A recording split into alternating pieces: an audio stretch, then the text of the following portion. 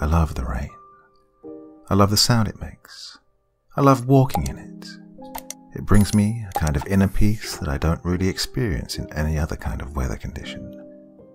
But what about this? What if it started raining and never stopped? How would you feel about that? How would it affect your life? In my time, I've been in certain countries during the monsoon season, and as much as I love rain, there are times when you just wish it would stop. But what if it didn't? Well, that's the dilemma in tonight's story, my dear friends. So once again, it's time to sit back and relax with your favourite drink and listen.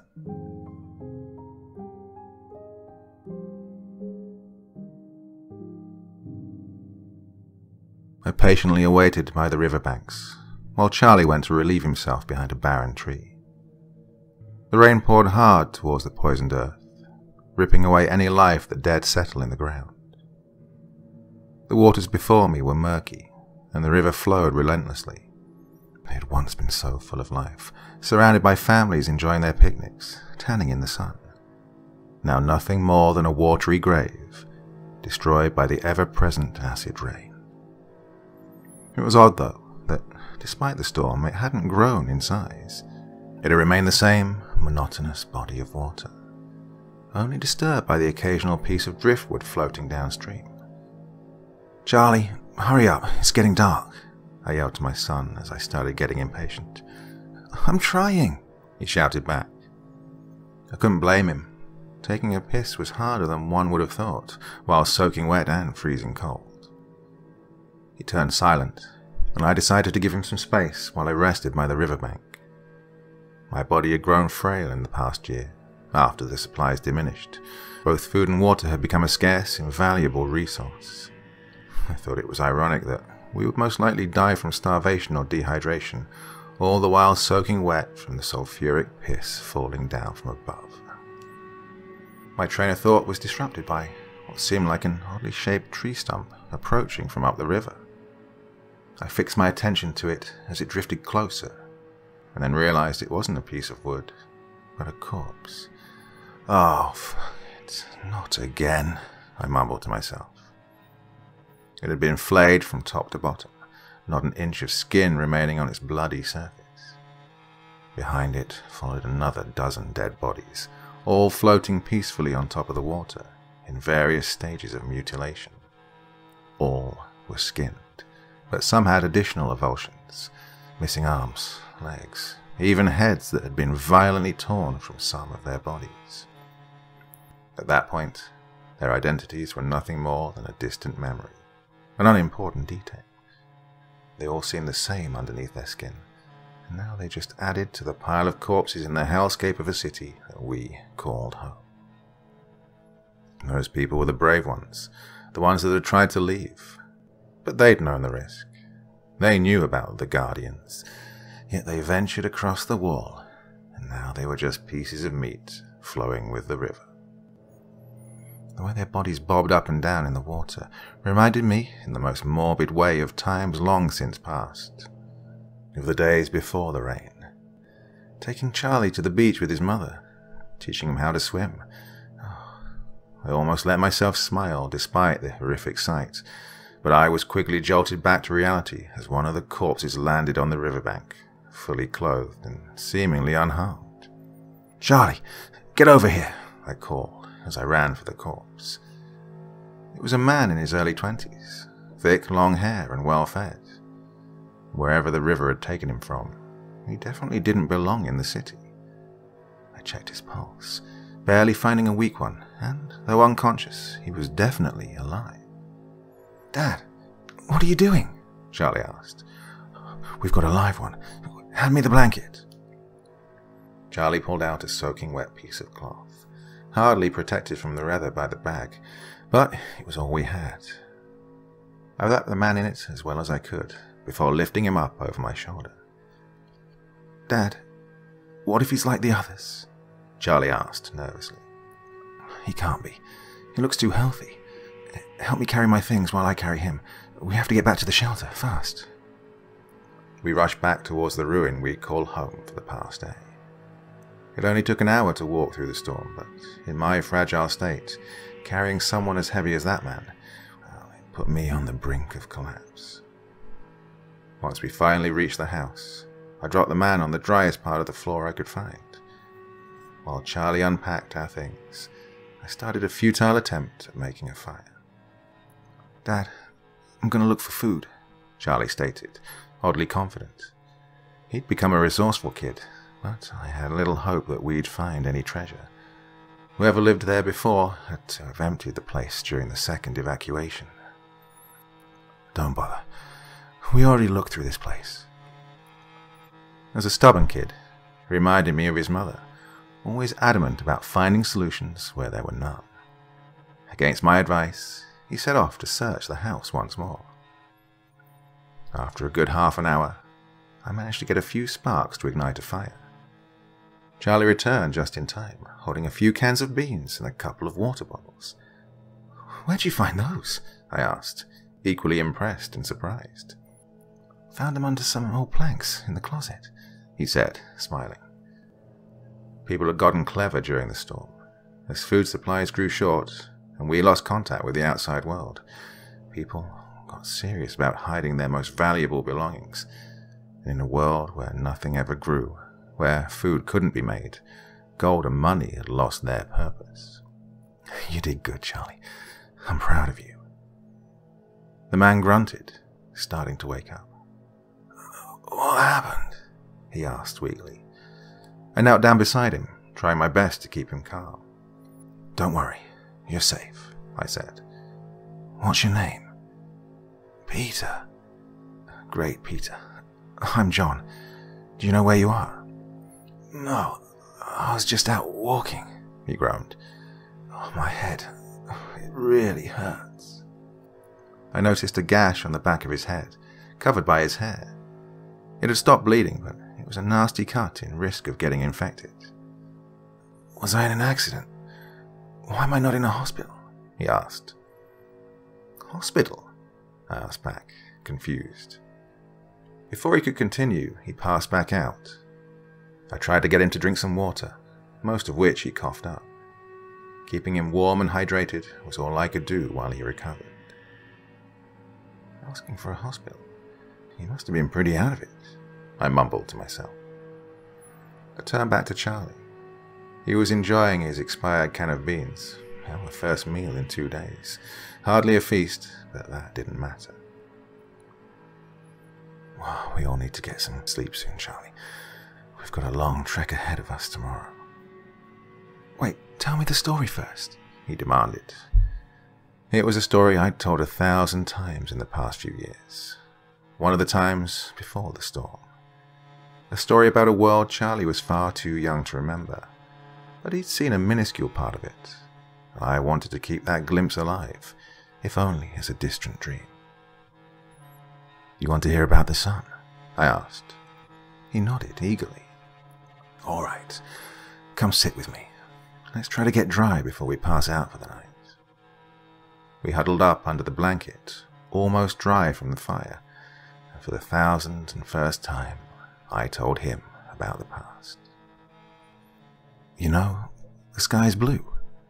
Beyond the darkness and thick clouds we see outside, there's a whole other world without rain, without thunder and lightning, and in the center of all, we have the sun. It's a bright yellow ball hanging up there, watching over us, keeping us warm. Even now it's giving us life, but it's not as strong as it used to be. It's hidden, like an invaluable treasure. Many years ago, we lived in the sun with your mother. We were so happy." I paused for a moment. Talking about my wife was a hard task, considering how we'd lost her. Charlie didn't remember, of course, but it stung deep inside my chest, like a cold hand wrapping around my aching heart. I sighed before I continued. "Oh, she loved to take us out to the beach, endless oceans and soft sand beneath our feet. It was so warm and so bright that we had to eat ice cream just to cool down. Sometimes we even wanted to get wet. We dove into the water, but they weren't dark and grimy. They were crystal clear, blue like the color of your eyes. But it's all gone now, isn't it?" I'm sure it's out there somewhere, and I promise you, as soon as we can find a way past the Guardians, I'll take you there. You'll see the sun again, Charlie, I promise. I talked more about his mother until he fell asleep. As much as it pained me, I felt it important that he knew what a wonderful woman she was.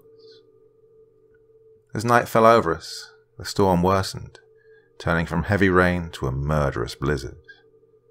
As usual, I found it hard to sleep, always worrying the house might collapse, as so many buildings had done before. But Charlie slept blissfully, too young to comprehend the true dangers of the world.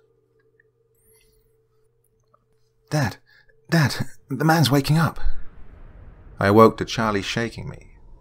Though I was usually a light sleeper, I somehow barely came to, even as Charlie yelled. Peter was coughing, begging for water. After spending the whole night unconscious, he was finally coming back to it. Water, please, he said. I helped him sit up to drink. How are you feeling? Oh, man, I'm still here. I thought it was all a dream, he said as he looked around the room.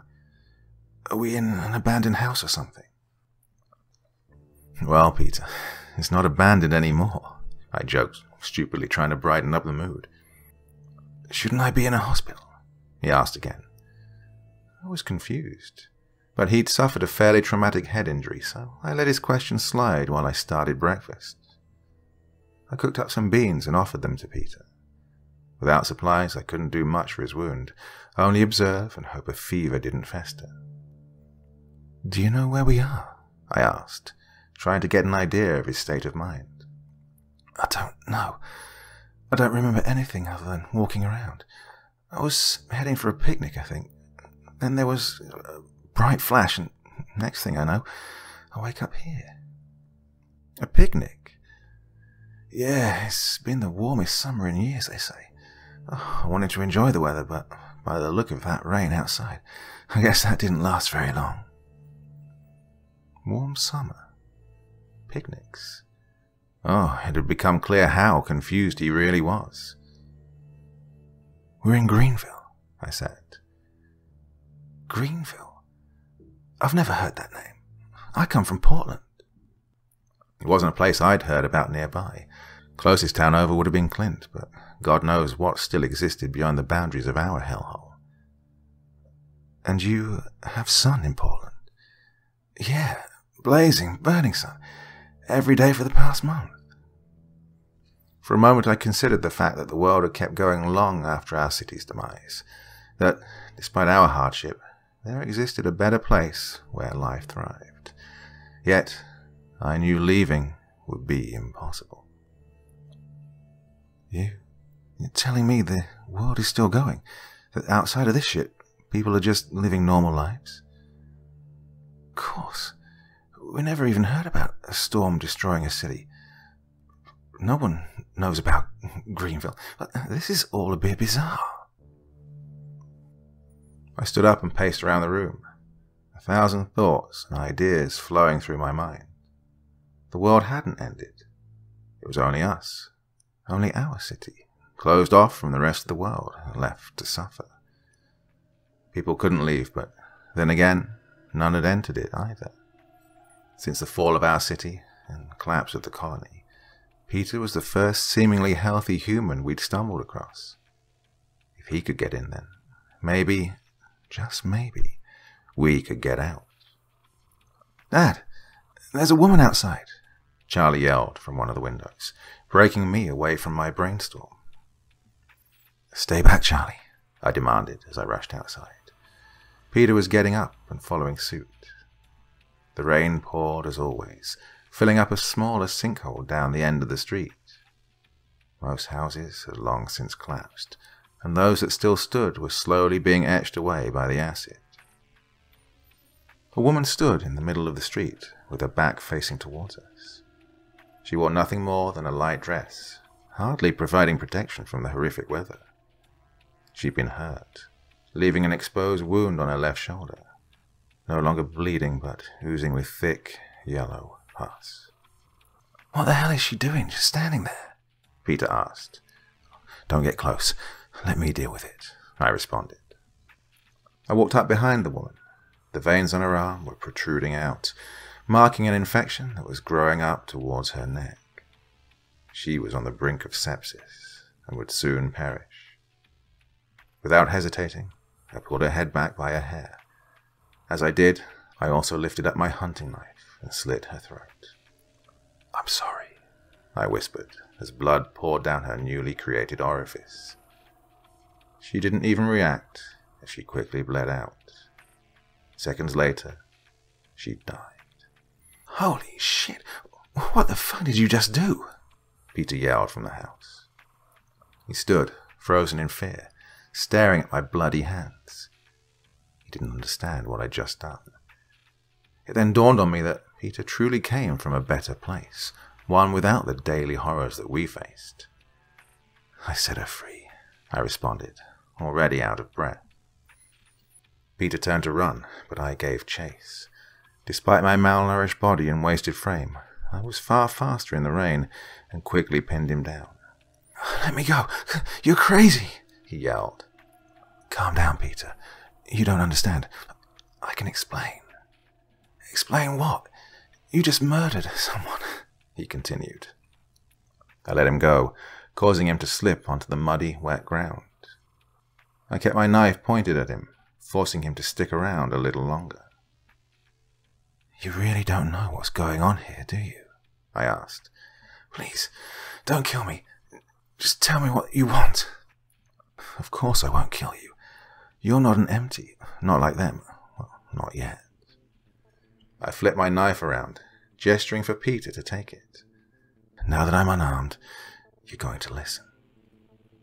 He took the knife, clutching onto it with shaking hands. It put me in harm's way, but I felt safe nonetheless. Peter wasn't from around Greenville. He'd been sheltered, safe from the nightmare that had been our lives for the past few years, meaning he still didn't have murder in his heart. "Why did you kill her?" he asked with a shaky voice. "Because she was already dead. The parts of her that matters anyway. You noticed the wound on her arm, her clear apathy towards it?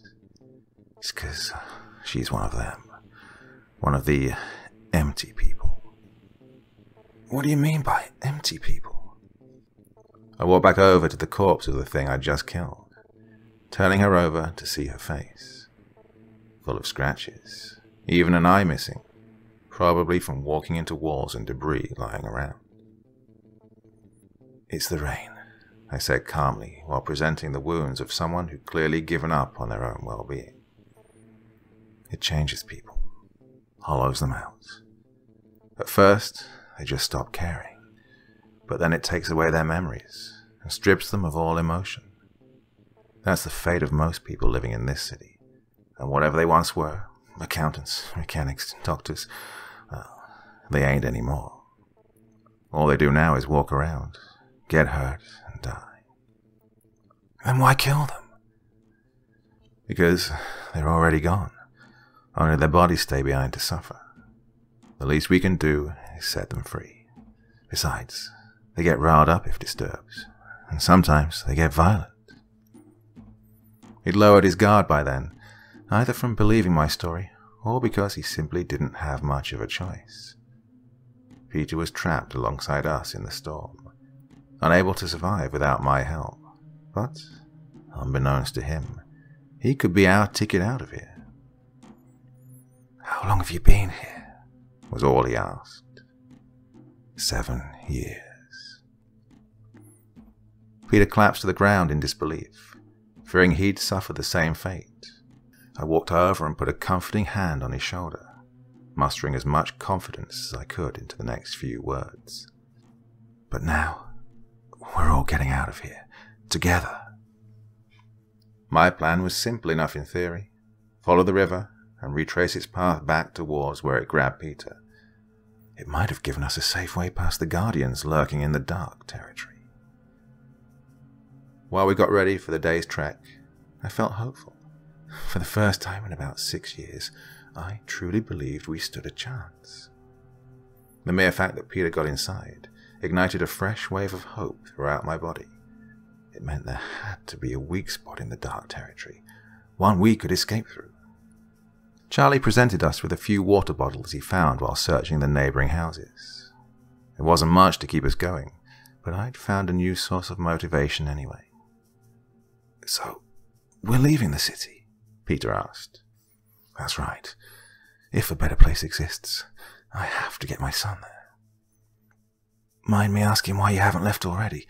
I mean, this place isn't all that great." "Because it's dangerous, Peter.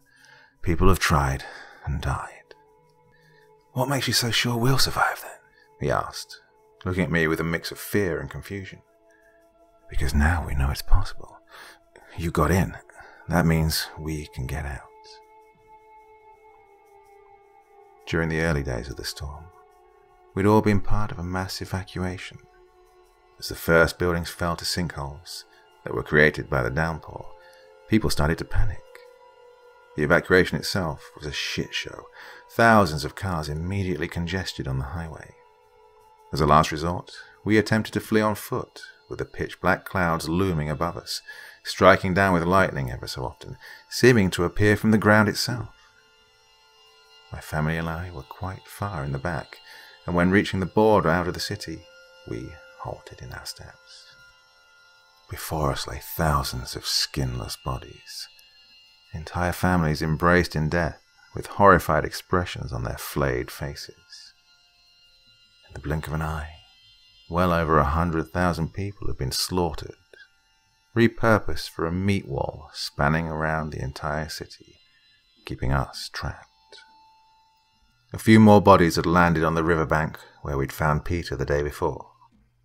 Unlike him, they were beyond saving, flayed and mutilated like all the others.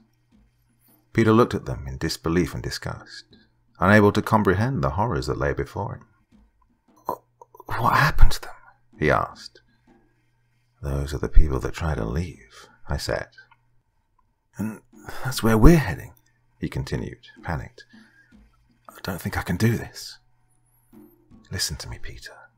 There's no food, no water, nothing left in this city for us. We either take our chances here, or we die from thirst, starvation, or infection in the city. Remember that you made it in here, and I promise you a better chance if we just keep going." We followed the river upstream, half a day's trek just to get to the bridge. The rest would be spent crossing it. The bridge was the name given to a collection of sinkholes spanning all around the city, 96 miles wide and 2 miles across. A place of destruction, almost impossible to pass. A section of the sinkholes had been covered in various debris, cars and corpses, giving it the unfitting name. Filling it to the brim, to the point where we could cross, hence a bridge. Despite its dangerous content, it would be our safest route to the other side. Of course, the empty people lurked around the bridge as well, but they were different. Those that existed there still had the basic instinct of escaping, making them far more terrifying than anything found within the city limits. I let my mind wander as we slowly walked by the river. The monotonous flow of water against the harsh trickle of rain was somehow soothing. It brought back memories of the second evacuation and the first empty people. I saw an image of myself, holding on to my 3-year-old son with one arm and my wife with the other. We were crushed in the middle of a panicking crowd when my wife, Loretta, suddenly let go. I tried so desperately to grab hold of her again, but she simply stood there, letting the crowd trample her down as we were pulled away. She was left behind, one of the first people to forget themselves, to hollow out and become one of the empty people. Most could feel it coming on. They knew they were about to turn, but not her. For whatever reason, it happened within seconds. Following the second failed evacuation, we searched for weeks. Hundreds of colonists looking for their lost loved ones, but to no avail. Loretta was more than likely one of the empties that wandered into harm's way, dying from their own neglect. "Dad, what are you doing?" Charlie asked as I snapped back to reality. I'd stopped moving, lost in my own thoughts, unable to react to the outside world. "Dad!" "John?" Peter chimed in. Finally, I managed to get myself going. "I'm sorry. I just needed to catch my breath," I lied. "Let's keep moving." Another hour, we finally reached the bridge.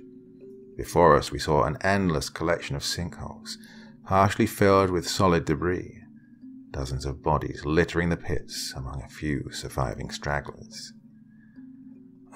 "This isn't exactly what I had in mind when you said we had to cross a bridge," Peter said. The river ran straight through the sinkholes, dragging parts of its foundation with it.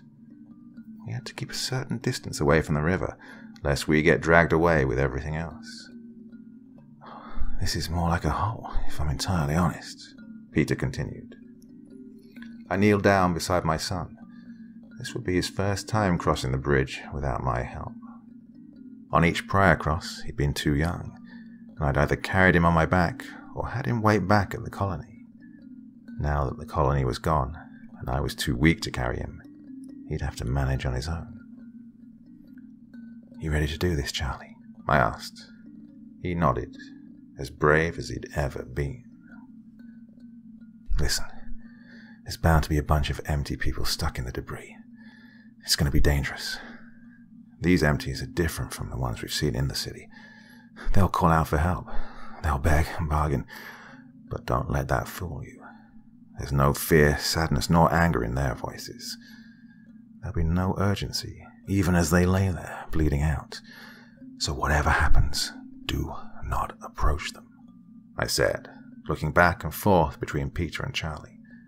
They both nodded, confused but diligent. We tied a rope between the three of us. Walking 10 feet apart would ensure that if one of us fell into a pit or sank into the unstable ground, the other two could pull them back up. Charlie, being the lightest, would walk at the back of our small group, while I led the charge. It only took a couple of 100 feet before we saw one of the empty people trapped in a crushed car, emaciated and pale, probably stuck there for the past year, waiting for someone to pass.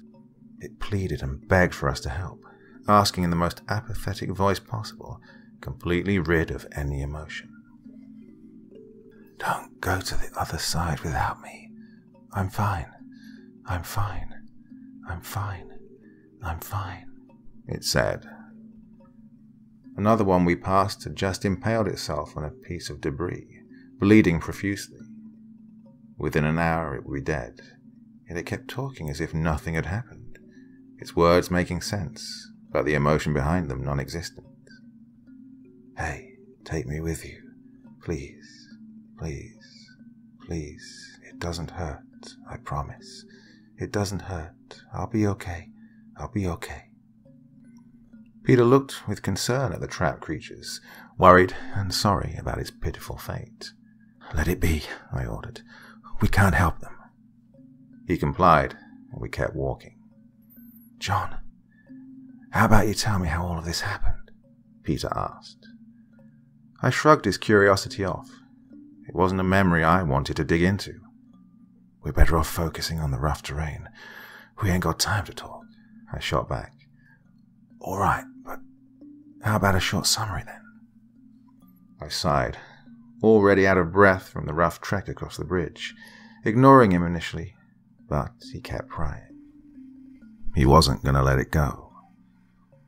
"They said the storm would pass in the week," I finally uttered about the 10th time he asked.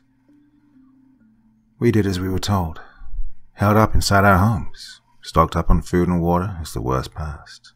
Only it never did.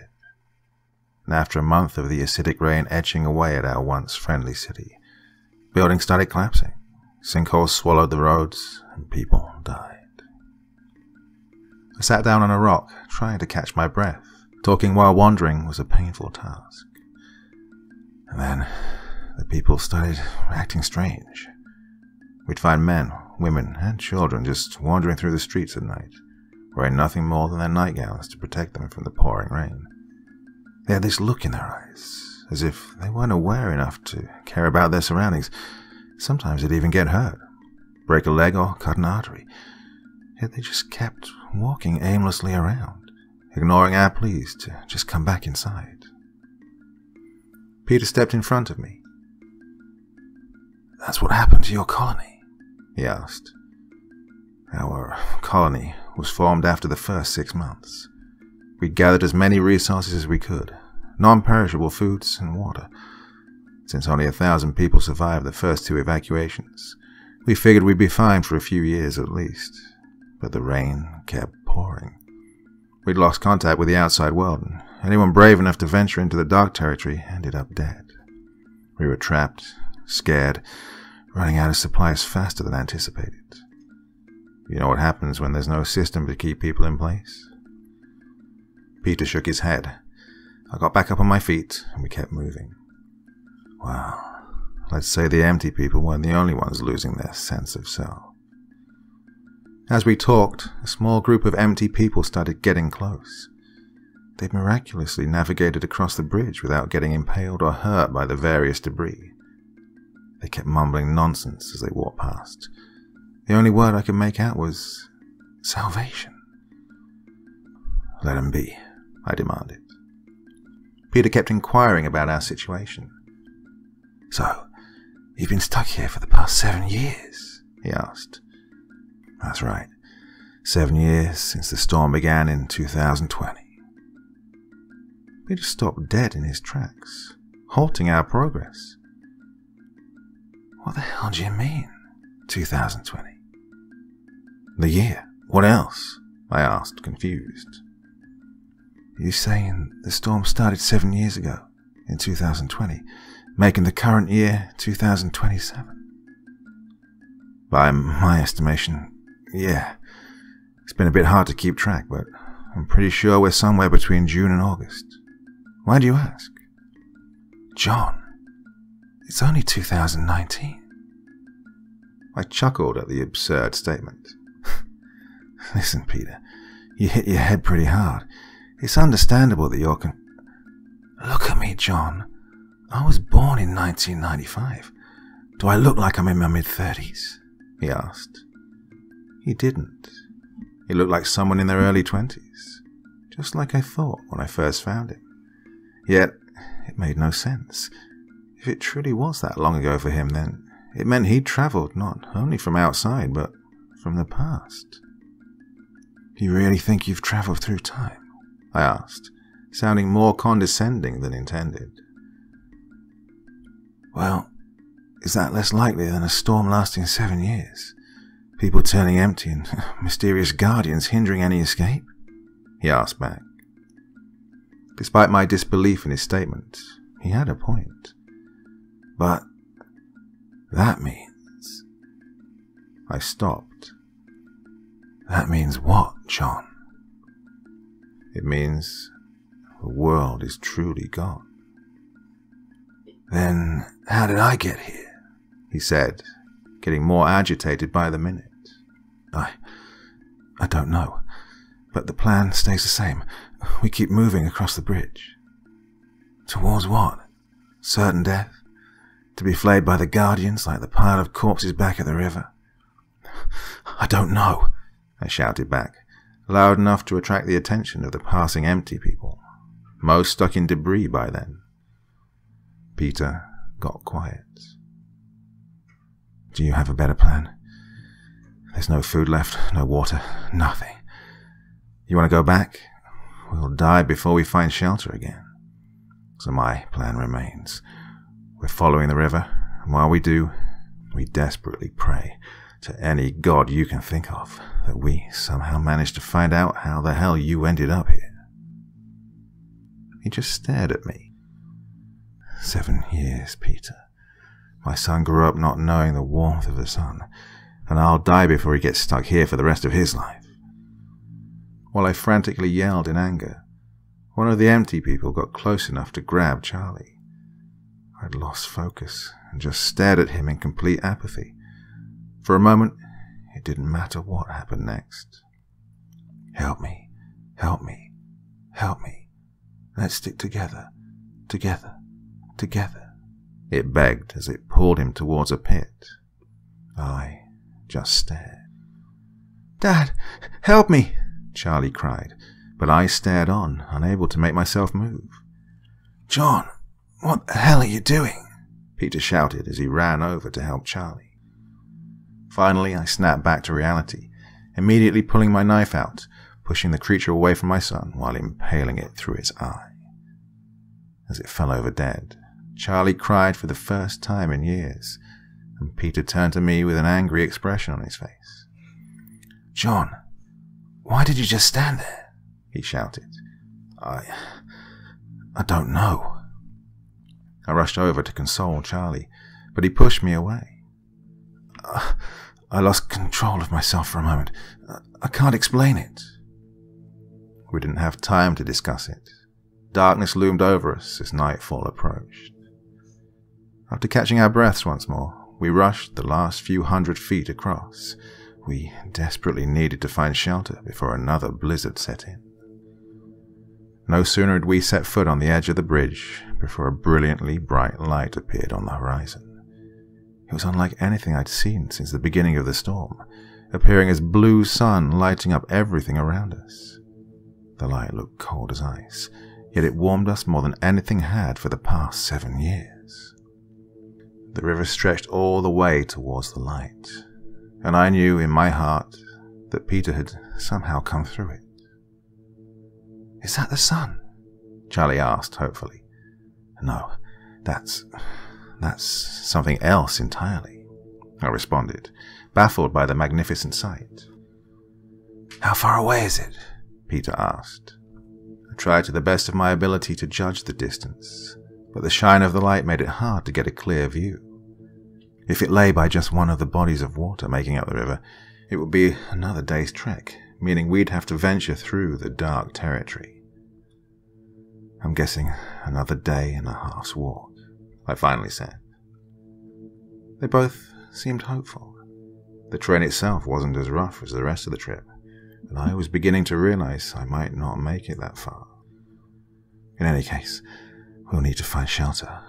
We're not traversing the dark territory at night. We searched for an hour before finally finding a partially collapsed warehouse. Not a great cover for the oncoming blizzard, but it was the best we could do in the outskirts of town. I lit a fire for the night and shared the last can of beans. "I'm sorry about earlier," I said to Charlie. "It's okay," Charlie said, half asleep. "Can you tell me a story?" That night, as Charlie fell asleep, for the first time, I told him a story about the future and not the past. "I love you. Be good, kid," I told him after he drifted off. I remained awake, staring into the embers as the blizzard raged outside. My mind wandered. I tried to keep it focused, but to no avail. I saw images of my wife, memories of digging sandcastles on the beach with Charlie, flashes of wine and dances, the past of a better life. I was tired, worn down to the bone, hollowed out by the rain like so many people before me.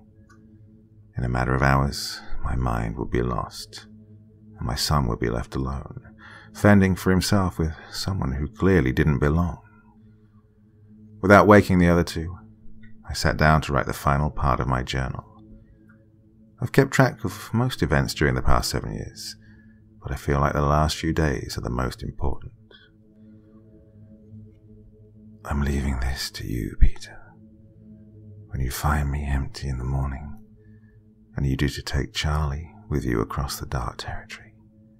Bring him to the light and cross over to a better world. You might even have the chance to stop this all from happening. And Charlie, I love you. Be good and live a happier life in the sun. I wish I could be there with you until the end, but my time's up.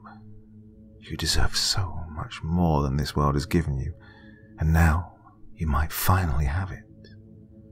Good luck to you both, John. I woke in the early hours of the following morning. Charlie was frantically calling out for his father. John had left his bed and seemingly vanished, leaving his journal neatly placed by my bedside. We searched the warehouse before I even checked what John had written, but he wasn't inside. I picked up the journal and opened it. I only needed to read the first few lines to realize what had happened. John had turned empty and left instructions to me, telling me to save Charlie.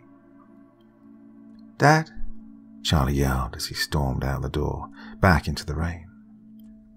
John was standing motionless outside, staring towards the horizon. He didn't even react to Charlie's plea for attention. "Dad, what are you doing?" he continued, on the verge of tears. He walked towards John, though whatever John had been just the day before had been washed away by the heavy rainfall. "Charlie, stay away from John," I yelled as I ran over to grab him. "Let me go," he said as he tried to wriggle himself loose from my grip. "Dad," he cried. John hadn't moved, not even acknowledging our presence. "No," he kept screaming as I pulled him back inside the warehouse and shut the door. He was incredibly strong for a 10-year-old, but I kept him at bay while he cried and punched me. "He's gone, Charlie. John is gone." "No, he isn't. He can't be. He promised." He continued sobbing incomprehensibly. I held him tight and let him cry it out, and he eventually stopped resisting my grip. The one person in his life had been taken away for no reason other than bad luck. Simply wasted away in a world where humanity had become little more than a faint memory. Charlie sat by the fire, reading John's journal. He silently sobbed as he turned the pages. He'd learned to read from his father, and he'd written the journal as a reminder of what they'd gone through, in hopes that one day someone would save them. "I'm sorry about your dad, Charlie." He didn't respond. I packed what little things we had into John's bag. We had to keep walking while we still had the energy. Without food nor water, this would be our last day whether we found salvation or not. When we finally got back outside, John had wandered off. I had the thought of killing what remained of him in the back of my head, to free him like he'd taught me, but now I wouldn't get the chance. "Thanks for saving me, John. You were a good man," I mumbled to myself. The light shone bright on the horizon, reflecting off the millions of raindrops, appearing as endless beams shooting through the air. Despite the cold, blue color, it made me feel warm to once again wander through light, to once again see the landscape in front of me. "Do you want to talk about it?" I asked Charlie. He looked at me for a brief moment and shook his head. The river got wider as we proceeded. In the distance, something that looked like a wall appeared, spanning endlessly in each direction around the city. "What's that wall?" I asked. "It's the flesh. That's where the dark territory begins," he responded quietly. Faint clicking sounds could be heard in the distance, distorted echoes coming from whatever lurked in the rain. A few empty people wandered alongside us on our journey, too many to kill, and they seemed oblivious to our company. They had come from all directions, but each were pulled towards the light. On the road, several emaciated figures lay motionless. They had become too weak to move, and only their blinking eyes proved that they were still alive. When we got close enough to see the wall, I could make out figures, limbs, viscera and torn flesh that made out the majority of the wall. Charlie barely acknowledged the horror before us, unafraid and apathetic to it. If he was just a brave kid, or on the brink of turning empty, I couldn't tell. Some empties were attempting to climb the wall, but its slippery surface caused them to slip back and sink into the meat-filled mass. The only opening was by the river. Piles of dead people littered the water, but the wall wasn't as thick around it. We could pass easily enough. As we walked around the riverside, the clicking got louder. It was rhythmic and split up into intervals, though I couldn't exactly determine its origin. It came from several directions, as if something was communicating. On the other side of the wall, we were faced with a new type of nightmare. The entire land had turned into an impossible fleshscape, with what appeared as muscles, tendons, and blood vessels covering every inch of its surface. A single empty person made it above the wall and wandered across the flesh. Tendrils entangled in vessels reached out from the ground and grabbed onto the empty, pulling them down to the ground, slowly consuming and merging them with itself. "How are we going to get through here?" I asked. Charlie didn't respond.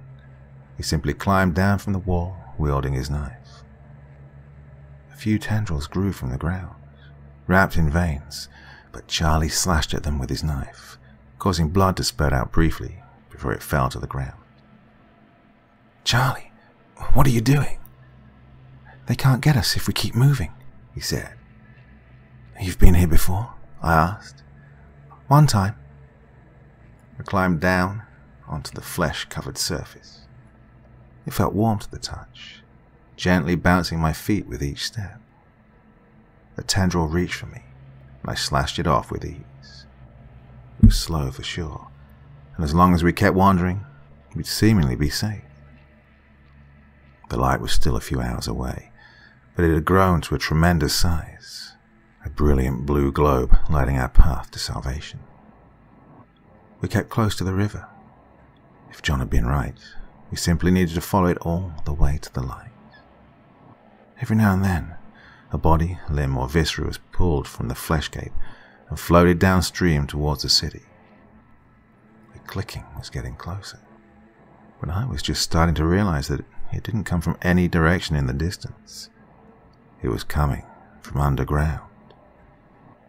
That's the first time I noticed how the ground twitched and contracted in response to our steps. It hadn't occurred in the early stages of the dark territory, but now it had become impossible to ignore. "Charlie, hold up." "What?" We both stopped walking, but the twitching continued, going from minor ticks to violent spastic contractions. Some muscle fibers in the ground opened up beneath our feet, and we pulled away towards the river. "Watch out!" I yelled. "What's happening?" he asked back.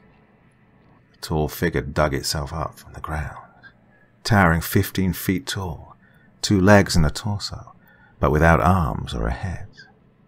Its skin seemed char black, vesicles covering the majority of its surface.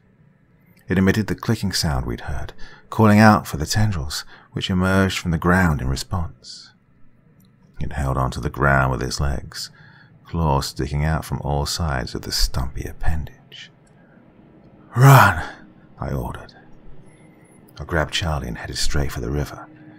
It was the only place where I could think to hide, and since the flesh didn't grow much in the water, I hoped it couldn't sense us there. The creature wandered across the meat-covered land, turning its charred torso around while searching for whatever had awoken it, looking for us.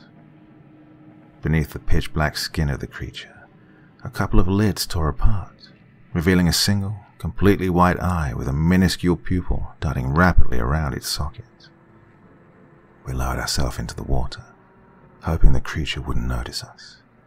As long as we didn't touch the flesh, hopefully it couldn't sense us. "What the hell is that thing?" I whispered. "It's a guardian." The commotion had attracted a couple of empty people, both relatively unharmed even on the fleshscape. The ground twitched beneath their feet as they approached the creature. It observed them for a brief moment before grabbing one of them with a foot, and in a single, swift movement, it tore the empty person in half. Its leg then started expanding, and its flesh wrapped around the half it still held onto. Within a second, the skin had been seared off by acid seeping out through the bursting vesicles of the creature's skin, after which it dumped the flayed person to the ground, letting the flesh fuse together. After less than a minute, both empties had been flayed and consumed, and the creature seemed content, but the original disturbance caused by us still lingered on its mind. It kept searching while we hid in the river, We must have hung onto the edge of the river for an hour while the creature surged. All the while its eye remained open, unblinking, desperately looking for intruders. After a while, the clicking stopped, and the tendril sunk back into the ground. After the last tendril disappeared, the guardian closed its eye and simply started sinking back into the ground, leaving the surface monotonous and empty once more. Relieved, I let out a sigh. The river, despite its strong current, would be our safest option proceeding ahead. "All right, we better keep moving, but we can't walk on land anymore. Those things can sense our touch." Charlie nodded, shivering from the freezing water, but while the fleshscape stretched endlessly far, impossible to traverse, the light itself was close, within reach. If we kept moving, we'd be there in an hour. I dug out a rope from my backpack and tied it between myself and Charlie. The water wasn't particularly deep near the edge, but sudden surges in the current could easily sweep one of us away, especially a small, malnourished kid like Charlie. "I'm really cold," he said. "We're almost there, Charlie.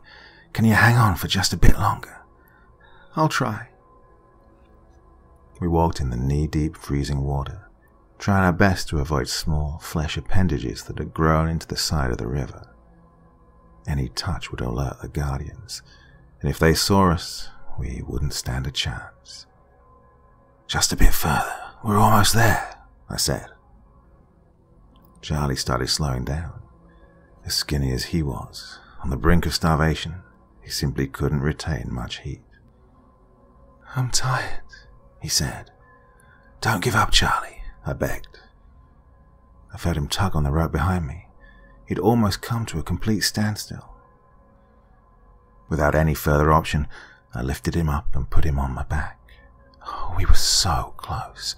The light shone brighter than ever before, and it warmed me up to the point where I barely felt the freezing temperature of the water anymore. Why didn't it work for Charlie? "Charlie, we're almost there." He didn't respond. He'd fallen unconscious from the cold and exhaustion. "Charlie." I upped my pace, but the current had gotten stronger, and the end of the river finally met us.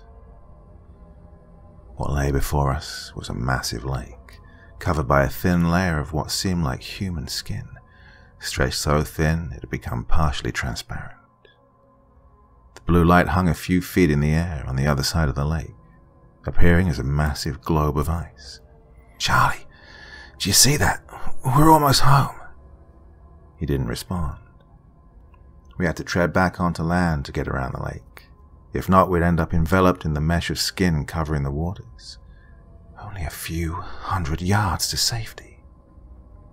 I stepped onto the riverbank, and the ground immediately twitched in reaction.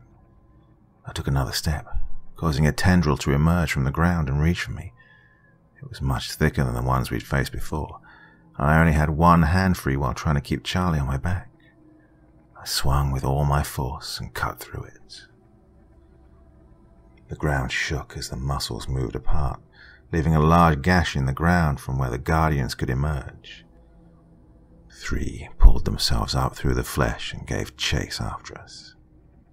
They were tall, much larger than before, but to our advantage, they were also slower. Even with Charlie on my back, I could outrun them, but not for long. Several tendrils extended from the ground, not trying to grab myself, but going directly for Charlie. A few clung on, and I swung at them, severing a few. On my second swing, one grabbed the shaft of my knife, cutting into itself, but causing me to let go of it. "Hang on, Charlie," I yelled as I ran, my lungs almost bursting from the effort. The guardian seemed bizarrely slow, quickly giving up on the chase as we got closer to the light. I peeked back at them, and they seemed almost frozen, as if covered in ice, emerging from the blue light. Despite the guardian struggling, the tendrils kept growing in number and size, grasping for us as we spurted over the fleshscape. Charlie started coming to as we got closer to the glowing globe. He moaned quietly in agony. "The light, it hurts," he cried out as we got closer. It was horribly bright, almost blinding, yet nothing could compare to its beauty. Its magnificent contrast to its horrible surroundings. Whatever pain it caused Charlie, it was better than staying behind to be flayed by the monsters. One of the tendrils caught my leg, causing me to stumble to the ground and dropping Charlie. Another grabbed him where he lay on the ground. I kicked and tore at its flesh. And finally, it let me go, but it had grabbed Charlie around his neck, choking away the little life he had left. Even with all my force, I couldn't tear it away, and as a last resort, I simply bit it. A metallic taste filled my mouth as blood spurted from the twisted appendage. I spit it out and lifted Charlie off the ground. My muscles burned and my joints ached, but I kept moving, dragging my beaten body across the ground. I got a bit further before collapsing. The light hung just a few feet above us, but I couldn't bring myself back on my feet. I reached out my hand, trying to grab the light, and suddenly I felt the ground give in beneath me. We were being lifted up towards it. "We made it, Charlie," I said, on the brink of passing out. The blue light started enveloping us. All the pain and fear that had filled my body started to vanish. I looked around for Charlie. I'd held onto his hand, but I couldn't see him anymore. "Charlie!" The last thing I heard was a scream of agony coming from Charlie. He was falling back through the light towards the flesh gate. I frantically tried to grab onto him, but the light was too bright. I couldn't see, I couldn't hear, nor feel at all anymore. It was as if the world had been erased, and myself with it. And then I fell. Even now I can't tell how far I fell. It could have been a few feet, it could have been miles. All I remember is hitting the ground hard, breaking as I landed in a different world. I lay motionless, unable to breathe. As my vision returned, I saw a brilliant blue sky, cloudless, only decorated with our yellow, majestic sun. I laughed. I was back. I was safe. After an horrific ordeal, I could finally rest. And with that, I let myself pass out. They found me lying in the middle of a football field. 2 broken legs, a few ribs, and multiple vertebrae. Bruises, torn ligaments, and a punctured lung. I'd been beaten up quite badly by the fall, but despite it all, I'd survived. "Charlie, we made it," were my first words as I awoke a couple of days later in the hospital. "Who's Charlie?" the doctor asked as he checked my vitals. "The kid I came through the portal with. Where is he? Where's Charlie?" The doctor laughed. "Your name's Peter Matthews, correct?" I nodded my head, pain radiating down my spine. I asked him again about Charlie, mumbled something about the portal, and asked if the rain had come yet. I was high on pain medication, so the doctor initially shrugged off my weird questions. Charlie never came with me through the portal. I remember his screams of agony, letting go of his hand. It dawned on me that he'd stayed behind, left to suffer in the rain. They'd found me alone. A witness said I simply appeared in the middle of the field. According to my injuries, they believed I'd fallen quite a distance, but from where they couldn't tell. At the moment of writing this, I'm still cooped up at the hospital. I've tried searching for John and Charlie online, but without their last names, it's a futile task. Not to mention that Greenville is an extremely generic town's name. I owe both of them my life, and in return, I ended up losing them. So, I'm writing this in their honor. They gave me a second chance at life, returned me to my own life. Though, if the storm truly begins in 2020, we may not have that much time left. John, if you read this, if you believe my story, get out of Greenville. Save your family while there's still time.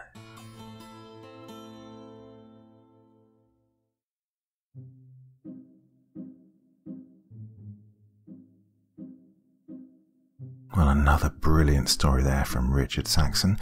Absolutely knocking it out of the park yet again. I just simply do not know where he comes up with this stuff. Consistently brilliant with every single story. Definitely one of my favourite authors, and I'm delighted that he shared that one with me as well. Well, another long one. Can I keep this up? I will certainly do my best.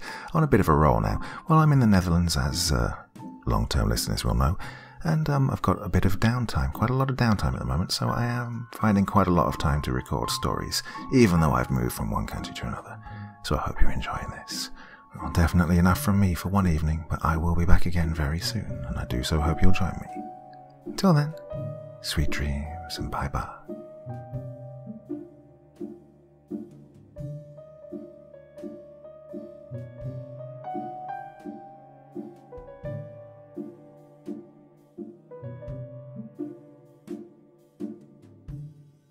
Thank you so much for choosing to spend your time listening to me. Now, if you enjoyed the Dr. Creepin experience, then come find me on Facebook. Come chat with me on Twitter. Listen to the background music and download it if you like on SoundCloud. Drop by the store, pick up a t-shirt. And, importantly, if you've got a story you'd like me to read, send it to Dr. Creepin's Vault, the subreddit I set up so that I could read your stories. Now, looking forward to seeing you all again real soon. So, come check me out, okay?